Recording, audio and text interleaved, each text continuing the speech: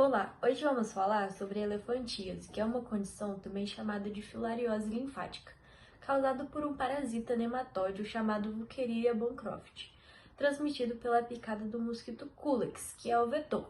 Tendo assim, o SOS fica classificado como heteroxeno, pois temos o vetor, que transmite, e temos também o hospedeiro, que somos nós. Essa condição leva a uma inflamação no sistema linfático, fazendo com que o paciente desenvolva um grande inchaço, também conhecido como edema, em seus membros e em pontos como seios e a bolsa escrotal. O inchaço causado pela elefantíase é tão grande que pode ser incapacitante e impedir que o paciente viva uma vida normal, já que seus membros acabam sendo limitados. A elefantíase é uma doença erradicável, ou seja, pelas características epidemiológicas da doença que você vai ver ao longo dessa aula, é perfeitamente possível erradicar, acabar com a doença. Isso se houver parte do governo de atuar e conseguir combater essa doença. Relembrando, lá em 1997, na 50ª Assembleia Mundial da Saúde, a OMS virou e falou assim: galera, vocês, países que têm filariose, saibam que é possível erradicar esse negócio, essa doença. Então, eu vou dar uma mãozinha para vocês. Mas vocês têm que se comprometer em fazer várias coisas para conseguir acabar com a doença. Pode ser? Aí vários países assinaram e falaram pode ser, inclusive o Brasil. Esses países, então, tinham duas grandes metas para combater a filariose. Uma como saúde pública. A primeira coisa era interromper, por motivos óbvios, a transmissão da doença. A segunda coisa é dar atenção para a população que já foi acometida pela essa doença, porque a gente vai ver que a filariose não é uma doença que tem grande número de mortos, mas é uma doença que causa várias incapacitações. Então a pessoa, ela simplesmente não consegue viver mais, ela não consegue trabalhar, ela não consegue cuidar dos filhos, ela não vai conseguir fazer várias coisas do dia a dia que uma pessoa sem filariose faria. Então ela pode não ter morrido, mas mesmo assim ela precisa de um auxílio do governo, porque a vida dela fica muito difícil. E o prazo que a OMS deu era 2020, e eu não preciso nem dizer que infelizmente o Brasil e outros países também floparam nessa. Uma coisa que eu não citei é que a filariose pode ser causada por parasitas da espécie Wuchereria bancroft, Bucria malayi e Bucria timori. Mas assim como lá na África, aqui nas Américas, a gente é acometido somente pela Wuchereria bancroft. E é por isso que vamos focar mais nesse parasito nessa videoaula. Assim como outras doenças, a filariose, também conhecida como elefantíase, tem o seu grupo de pessoas da forma assintomática, forma crônica e forma aguda. As pessoas da forma assintomática são pessoas que possuem a microfilarias no sangue. Então, se for feito um exame, vai ter sempre a presença de microfilarias, só que não possuem nenhum tipo de sintomas. As pessoas de forma aguda são o grupo de pessoas que começam a ter sintomas, como febre, dores musculares, fraqueza. E as pessoas do grupo de forma crônica são as pessoas que possuem a doença mais avançada, que pode ter a presença de linfedemas.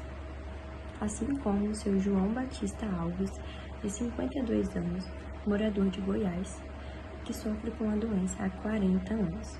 Por muito tempo, a sua doença foi dada como paliativa, sem nenhum tipo de tratamento. Com isso, ele sofria bastante com a doença, sentia muita dor, muito incômodo nas pernas, por conta do linfedema, vivia dependendo de seus familiares, não conseguia fazer nada sozinho.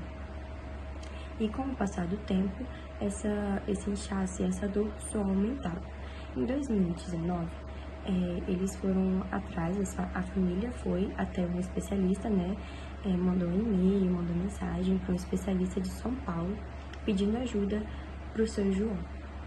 E o especialista disse que poderia sim haver um tratamento que iria reduzir o inchaço nas pernas em até 70%.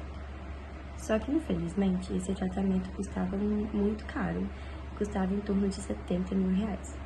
Enfim, a família fez uma vaquinha online e eu tentei procurar mais sobre a história, e eu vi que, infelizmente, seu João ainda não fez o tratamento. A Wuchereria bancroft, durante o seu ciclo de vida, apresenta duas formas evolutivas.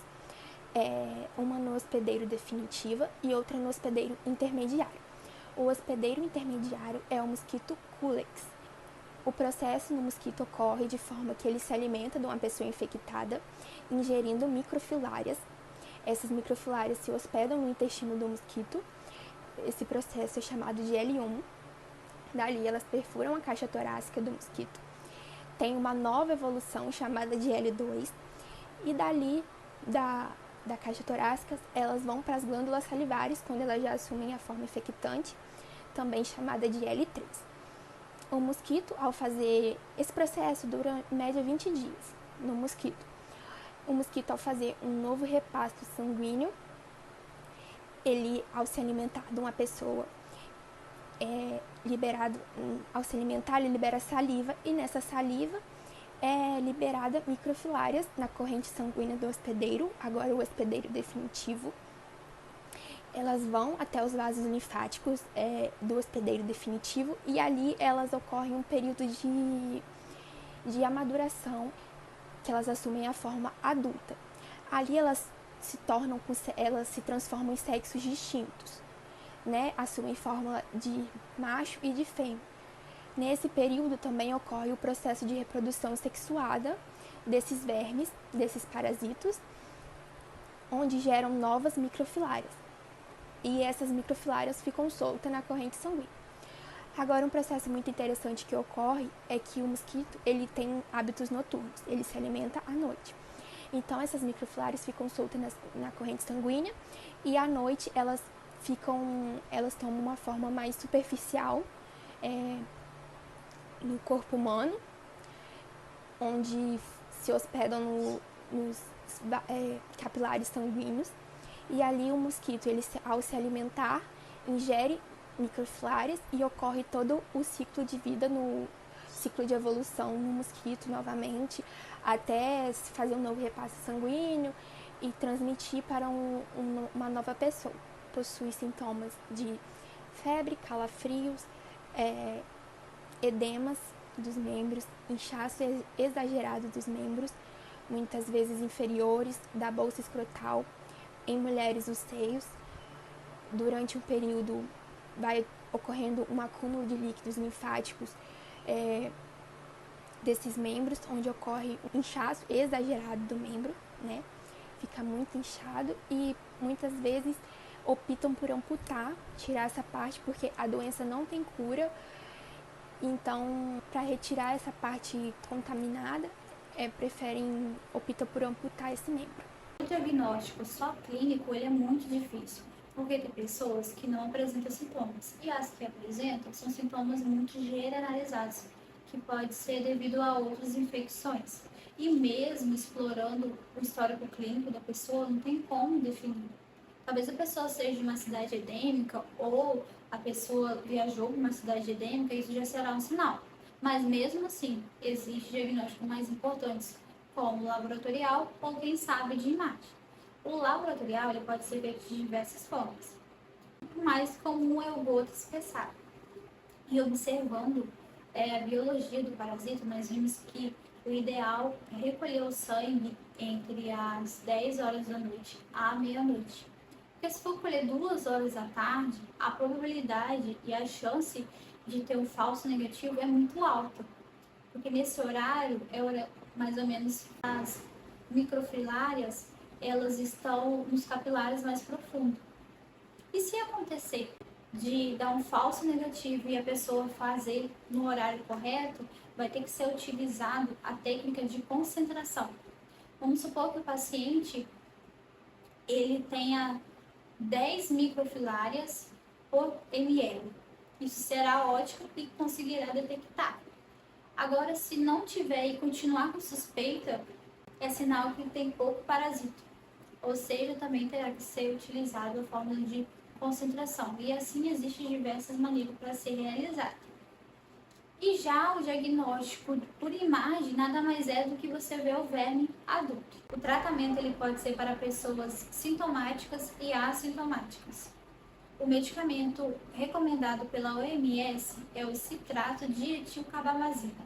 Ele é 6 mg por quilo por 12 dias e só pode ser suspenso até a cura da pessoa, né? No fim do tratamento.